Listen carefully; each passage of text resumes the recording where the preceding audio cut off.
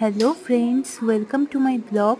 এটা আমার প্রথম মিনি ব্লগ একটা আমি আপলোড করছি। ইভিনিংয়ে আমার স্ন্যাক্সে ফল থাকে রুটিনে, তো আমি একটা আপেল কেটে খাচ্ছি। প্রথমবার ব্লগ করছি ইউটিউবে, জানি না কেমন হবে। তোমরাই দেখে লাইক, শেয়ার অ্যান্ড সাবস্ক্রাইব করে দিও চ্যানেলটা। প্রথমবার ব্লগের এক্সপিরিয়েন্স, জানি না কীরকম হবে। এটা ফলের ওপর একটু দারচিনি গুঁড়ো ছড়িয়েছি, ওটাই খাচ্ছি।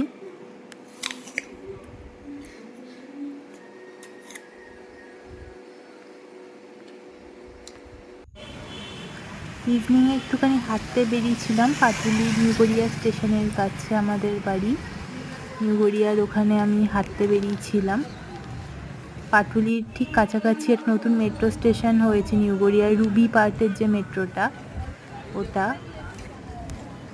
তো ইভিনিং ওয়াক করতে একটু বেরিয়েছিলাম, ভালোই লাগে। প্রায় বিকালে বেরোই, খারাপ লাগে না ইভিনিং ওয়াক করতে, একটু রিফ্রেশমেন্টও হয় সাথে, ভালো লাগে খুবই।